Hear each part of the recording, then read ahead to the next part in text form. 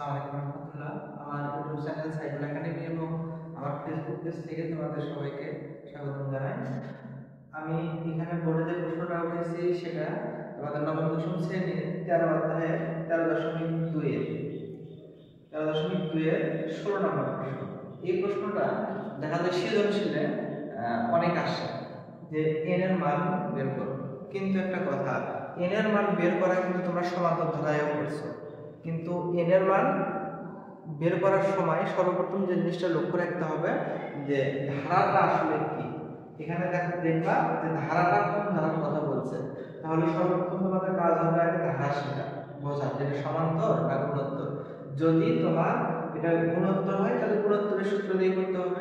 তাহলে আমরা জানি যে গুণোত্তর ধারা কিনা সেটা আমরা কেমন বুঝবো, যে আমরা দেখবো যে এই তো কোনো পদ এই পূর্ববর্তী পদের অনুপাতটা সমান কিনা। তাহলে দেখো 4 থেকে তুমি 2 দাও, ভাগ দাও 2 হবে। তারপর তুমি এখানে তুমি কি করবা, এই তো 4 2 গুণ কত হচ্ছে 4, আবার 8 4 দাও ভাগ 3 4 গুণ 8, তাহলে 12 আমাদের কত আসছে 2 করে। তারপর আমরা এখানে বুঝলাম কি যে এটা অনুপাতটা, এই অনুপাতটা সমান। আচ্ছা, অথবা দেখো এখানে 2 গুণ 4 4 গুণ 8 8 গুণ 16 বারবার 2 গুণ করে বৃদ্ধি পাচ্ছে, তার মানে এটা আমরা বুঝবো কি এটা একটা গুণোত্তর ধারা। সেই গুণোত্তর ধারায় আমাদের কি বলছে এখানে যে এই ধারাটি n সংখ্যক পদের সমষ্টি 254। যদি আমি এখানে দেখতেছি কি যে n সংখ্যক পদের সমষ্টি, কোন পদের সমষ্টি সেটা বলে না। এখানে দেখো যদি আমি বলি 2 পদের সমষ্টি 6, তাহলে এর মান কত হবে 2, এই তো। কিন্তু এখানে বলা নাই যে কয়টা পদ, এরকম কয়টা পদ যোগ করলে 254 হবে সেটা বলা নাই। তার মানে সেই পদ সংখ্যার n এর মানটা আমাদের বের করতে হবে। তাহলে সেটা করতে গেলে আমরা আগে প্রথমে ধারার প্রথম পদটা লিখব। দেখো প্রথম পদ a সমান কত 2। আচ্ছা, সাধারণ অনুপাত, সাধারণ অনুপাতকে আমরা আর দ্বারা প্রকাশ করি, তাহলে কি সূত্র হবে, দ্বিতীয় পদ ভাগ প্রথম পদ। তাহলে আমাদের দ্বিতীয় পদ ভাগ প্রথম পদ, তাহলে 2 দুগুণ কত হবে 4। এটা তো সাধারণ অনুপাত আমরা কত বের করলাম 2 বের করলাম। এখন আমাদের একটা জিনিস বুঝতে হবে যে বলছে n সংখ্যক পদের সমষ্টি যেহেতু বলছে, তাহলে n সংখ্যক পদের সমষ্টির আমরা একটা সূত্রটা লিখি যে আমরা জানি, দেখো n সংখ্যক পদের সমষ্টি, n সংখ্যক পদের সমষ্টি Sn, এই তো a r to the power n minus 1 divided r minus 1।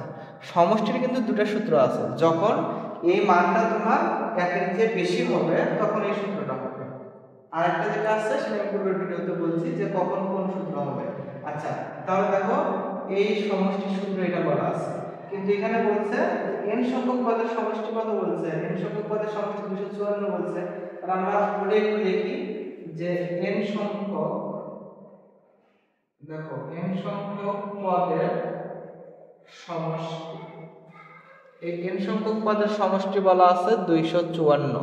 তাহলে এই সমষ্টির সূত্রটা আমরা একটু লিখি, a into r n minus 1 divided r minus 1, এটা সমান আমরা লিখতে পারি 254।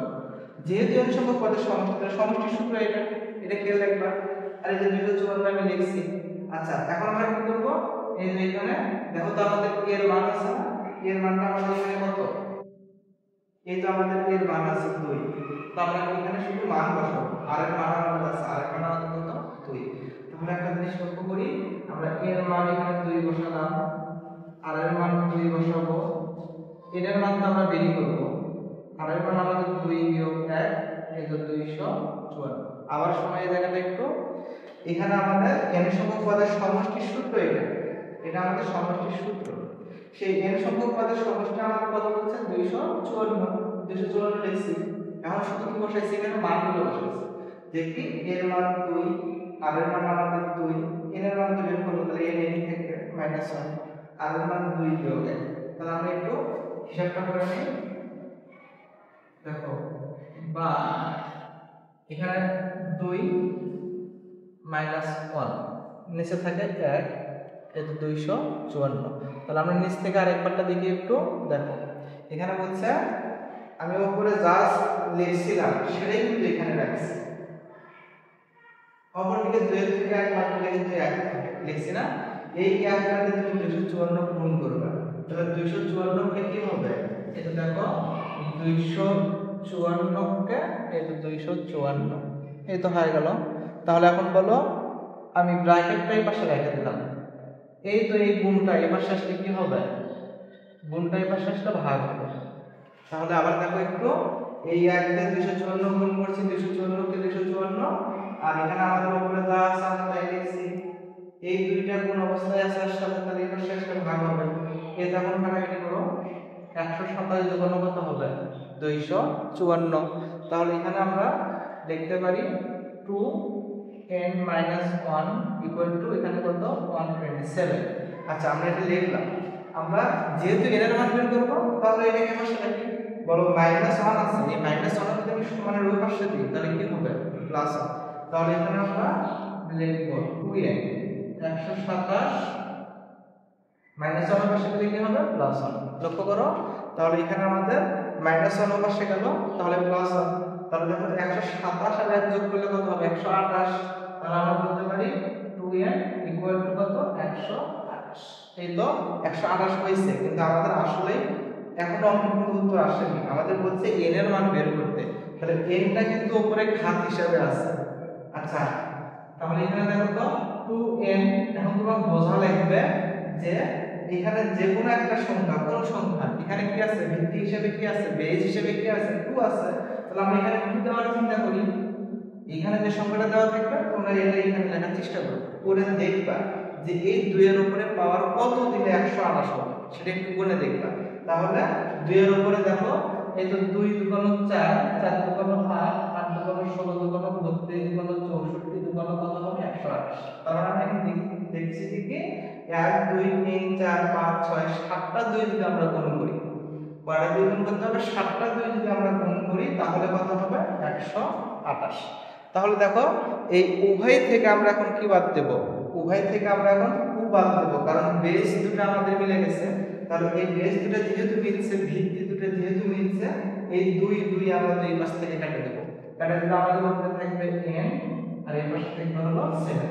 অতএব n সমান কি? 7। তার মানে আমরা বলতে পারি যে এরকম 7টা পদ, এখানে তো আছে 4টা, তার আরো 3টা পদ এর ভিতরে আছে, সেই 4 আর 3 7টা পদের সমষ্টি নেওয়া হবে কত? 254। তাহলে যদি পরীক্ষার প্রশ্নে তোমরা দেখো যে এরকম n সংখ্যক পদের সমষ্টি এত হলে n এর মান নির্ণয় করো, তাহলে সবাই লক্ষ্য রাখবা যে কি আমাদের প্রথমে আগে দেখতে হবে, প্রথম কাজটা আমাদের কি, যে ধারাটা কি সমান্তর না গুণোত্তর। যদি গুণোত্তর হয় তাহলে গুণোত্তরের সূত্র দিয়ে এই সিস্টেমে তোমরা অঙ্কটা করবে। আশা করি সবাই বুঝতে পারছো। পরের ভিডিওতে আমরা দেখব।